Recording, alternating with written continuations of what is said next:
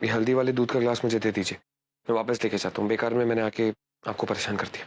आप ऐसा क्यों बोल रहे हैं? ना मुझे आपकी कोई बात परेशान करती है और ना ही आपकी कोई लाई हुई चीज मेरे लिए बेकार है। अगर आपको आराम ना है तो मुझे कह दीजिएगा, मैं डॉक्टर को बुलवा दूंगा।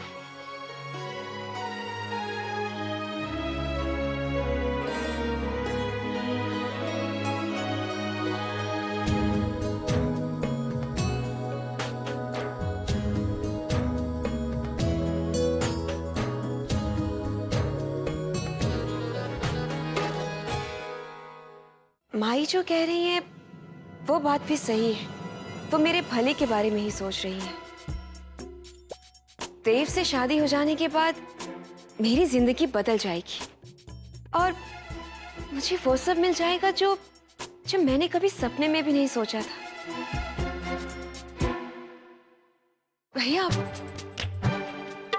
कितनी बेवकूफ थी ना मैं, जो उस अभय के चक्कर में अपने आने वाला कल बर्बाद करने जा रही थी।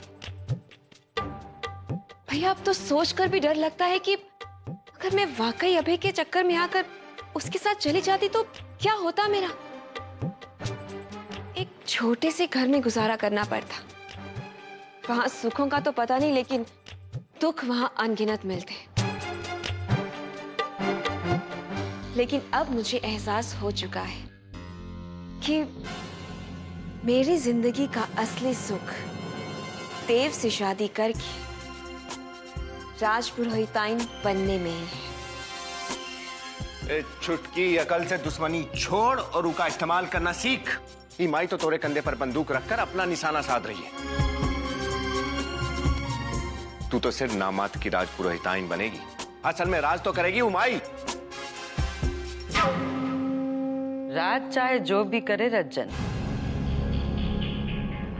राजपुरोहिताइन तो हमरी कनिका ही बनेगी।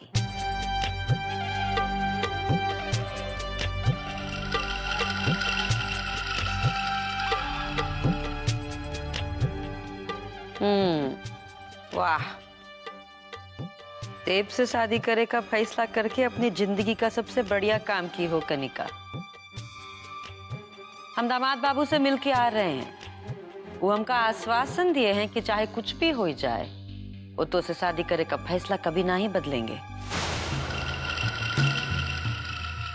राधिका का पास तो केवल इंसानियत का खातिर जाए रहे, तो का चिंता करे का कोनो जरूरत नहीं। देख देख, सुंदर है ना? बहुत सुंदर है माई। लाओ देख, ये सब तोरा वास्ते है। आ देख, ये सब मेरे लिए है माई। बहुत कीमती है ये सब।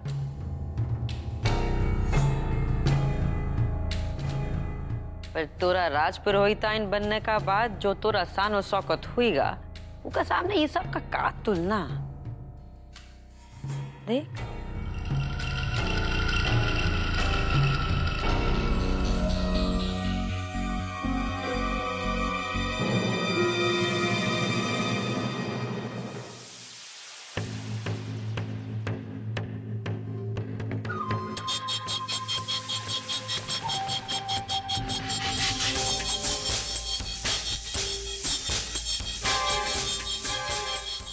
हमारी आंखों के सामने धीरे धीरे सब बर्बाद हुई रहा है। जिंदगी चौपट हुई रही है हमारी, और हम कुछ नहीं कर पा रहे हैं। अब उस ससुरा देव हमारी बहन से शादी करके उसका असली पति बन जाएगा और हम बन जाएंगे उस ससुरा के गुलाम। वैसे वो अभय नंबर 2 तो हमारे पास है ही, और वो हमारे वास्ते तुर्क का पत्ता भी है। पर इतनी जल्दी उसका इस्तेमाल करना सही नहीं होगा। जब हमारा कोनो चाल कामयाब नहीं होगा तब हम उसका इस्तेमाल करेंगे। लेकिन इससे पहले कि और देर हो जाए, हमका कुछ ना कुछ तो करना ही होगा।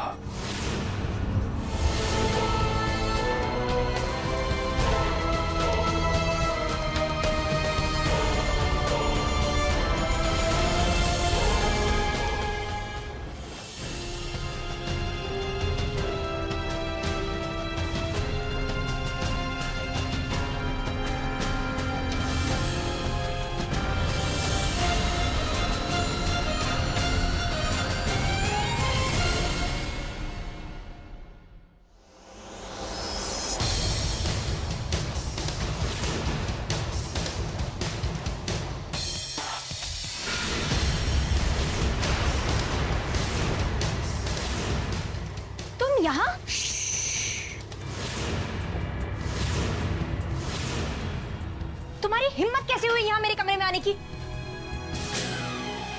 ये दरवाजा क्यों बंद कर रहे हो? अरे राधिका जी, हमको आपसे 1 मिनट बहुत जरूरी बात करेगा, आप चिल्लाइए मत। मुझे तुम्हारी कोई बात नहीं सुनी है। राधिका जी, हम आपके सामने हाथ जोड़ते हैं, चिल्लाइए मत। हमसे आपको बहुत जरूरी बात करेगा है, हम आपको कोई नुकसान नहीं पहुंचाएंगे। यहाँ से चले जाओ, वरना मैं अपने परिवार वालों को यहाँ बुला दूंगी। राधिका जी धीरे बोलिए ना, हम आपसे कुछ बात कहना चाहते हैं, सुन लीजिए एक बार। रज्जन, मुझे तुम्हारी कोई बात नहीं सुननी है, जाओ यहाँ से। और वो बात आपके देव बाबू के बारे में हो तो?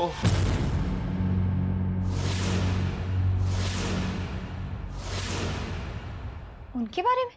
हाँ, अब बंद कर दे, नहीं तो कोई सुन लेगा।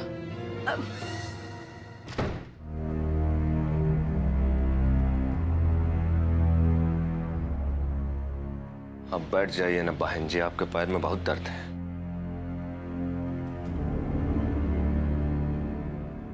हम भी बैठ जाएं?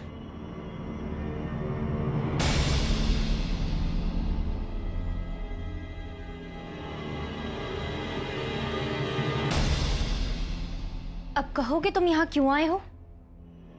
राधिका जी, वैसे तो आप जानती हैं, लेकिन फिर भी हम बताए देते हैं कि वो अभय नहीं, वो आपके देव ही है।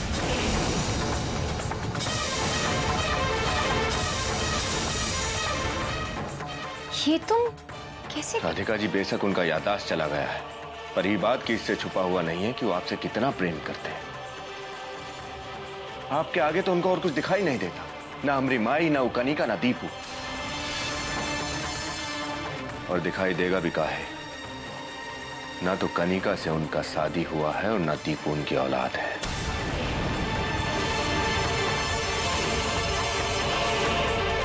क्या? जी, दीपू तो कनिका के प्रेमी का बेटा है, और ये बात छुपाए के वास्ते कनिका उदेव को अभय बनाए के घर ले आई, उनकी याददाश्त खोने का फायदा उठाई।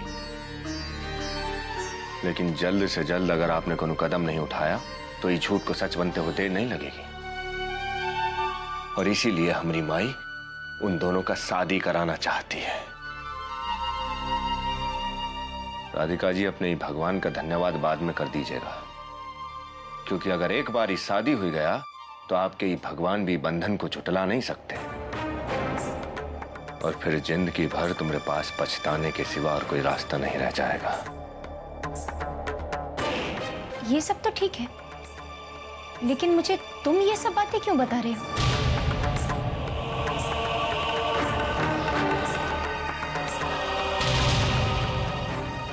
वो कहा है ना बहन जी, आप भी हमारी बहन है कनिका के जैसी।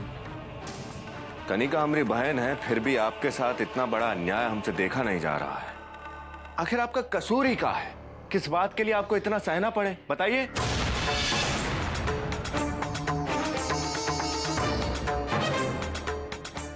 देखो, मैं अच्छी तरह से जानती हूँ, यही एक कारण नहीं हो सकता है।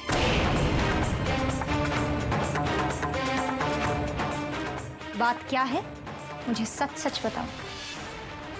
साफ साफ सुनिए राधिका जी, ये सब हम कर रहे हैं सिर्फ अपनी खातिर, क्योंकि हम नहीं चाहते कि वो देव बाबू नकली दामाद होते हुए भी हमारे घर पर राज करें, और हम उस घर का असली बेटा होते हुए भी भिखमंगा की तरह उनके आगे पीछे घूमते रहे। राधिका जी, अपने फायदे के लिए ही सही, लेकिन हम आपका मदद तो कर रहे हैं ना। लेकिन अगर ये बात आपने अपनी माई के सामने कहा दी कि हम आपसे ये सब आकर बताए हैं, तो हमको पीछे हटना पड़ेगा, हम आपका कोई मदद नहीं कर पाएंगे। और वो हिटलर के सामने खड़ा होने का हिम्मत हमारे अंदर नहीं है।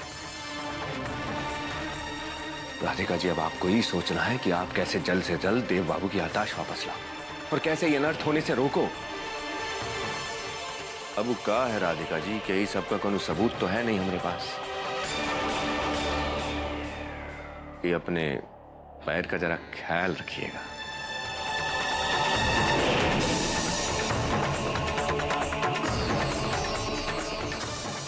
दरवाजा खुला छोड़ दे।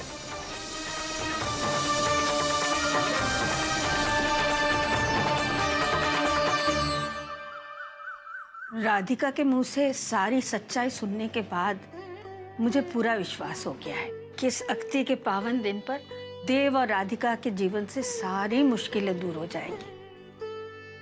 अरे भाई, पोथी पुराण कभी गलत हो सकते हैं, हाँ? शास्त्र कभी झूठ बोल सकते हैं?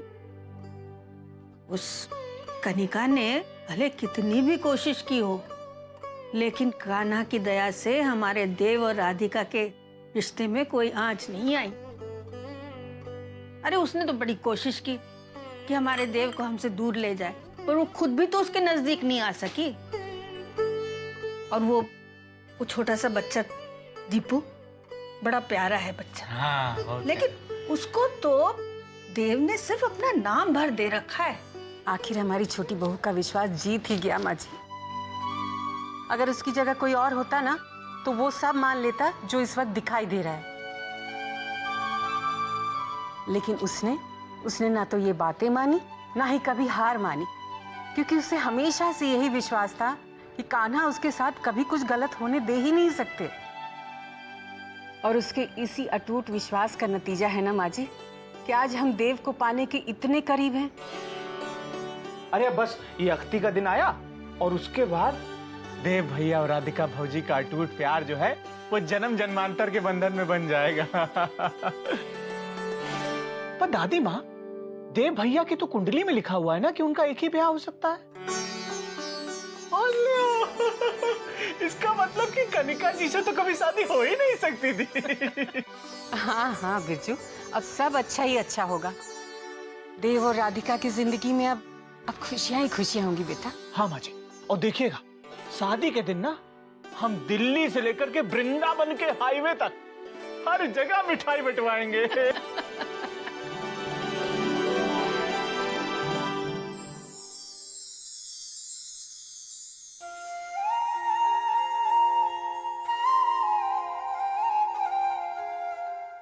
आज फिर से आपकी कृपा से मेरा विश्वास जीता है कान्हा।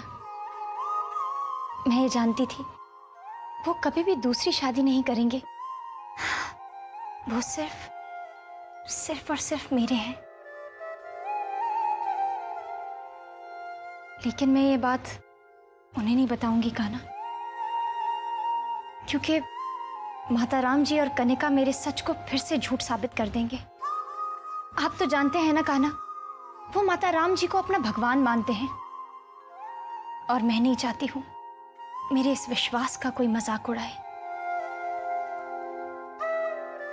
लेकिन मुझे एक बात का पूरा विश्वास हो गया है कान्हा, चाहे कोई कुछ भी करे, कुछ भी कहे, लेकिन अंत में जीत हमेशा सत्य और धर्म की होती है।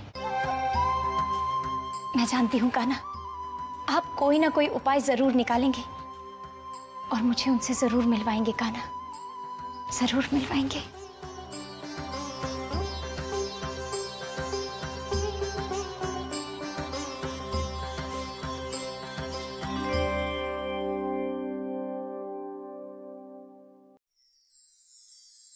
आप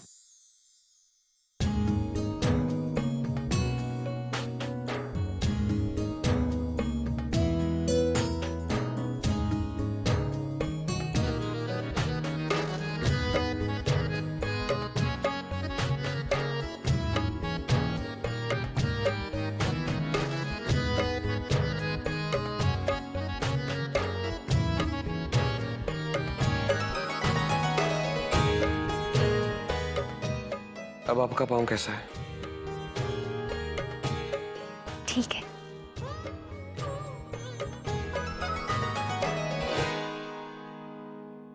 मैं आपसे आपका हाल पूछने के लिए आपके कमरे में गया था। आप वहां नहीं दिखी तो परेशान हो गया था, इसलिए ढूंढते ढूंढते यहां चला है। आपसे एक बात पूछूं? पूछिए। सच सच कहेंगे ना?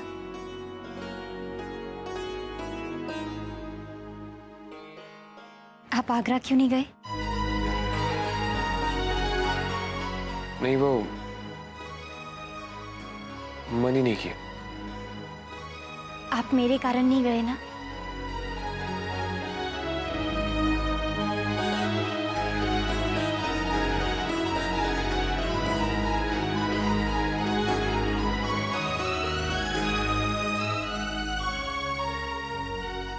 आप जानते हैं, आज मैं बहुत बहुत खुश हूँ। क्यों? ऐसा क्या हुआ? आज कान्हा ने मेरी मनोकामना पूरी की है। मेरे विश्वास की जीत की है उन्होंने। एक पत्नी के लिए उसका विश्वास सबसे बड़ी चीज होता है। वो कठिन से कठिन व्रत रखती है, तप करती है, ताकि उसका विश्वास अडिग रहे। मुझे बहुत खुशी है कि मेरा विश्वास धीरे धीरे बढ़ता जा रहा है।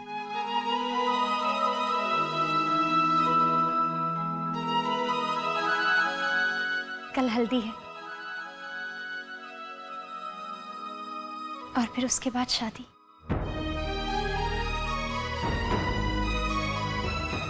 लेकिन मैंने तो कनिका और आपका दोनों का विश्वास तोड़ा है। बहुत बड़ा पाप किया है।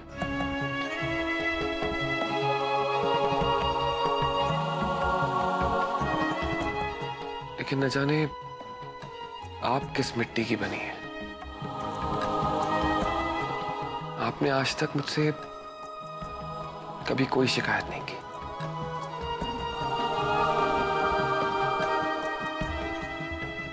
मुझसे एक बहुत बड़ी भूल हुई है। मेरी भूल, मेरी गलती का एहसास है मुझे,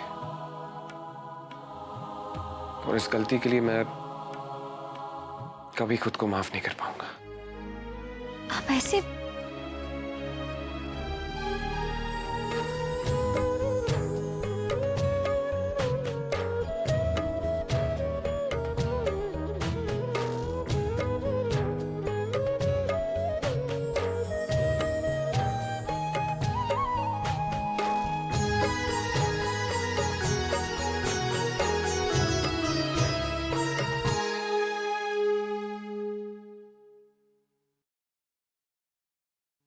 देखिए, मैं नहीं चाहता कि आपको फिर से कोई परेशानी या फिर कोई तकलीफ का सामना करना पड़े।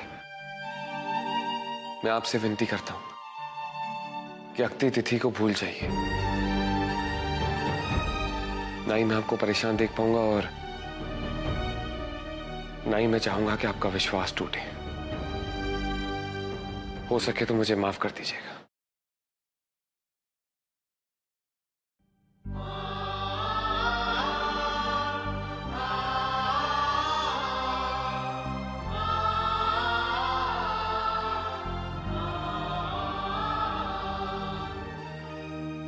कान्हा, वो दर्द और तकलीफ से गुजर रहे हैं, उनकी मदद कीजिए।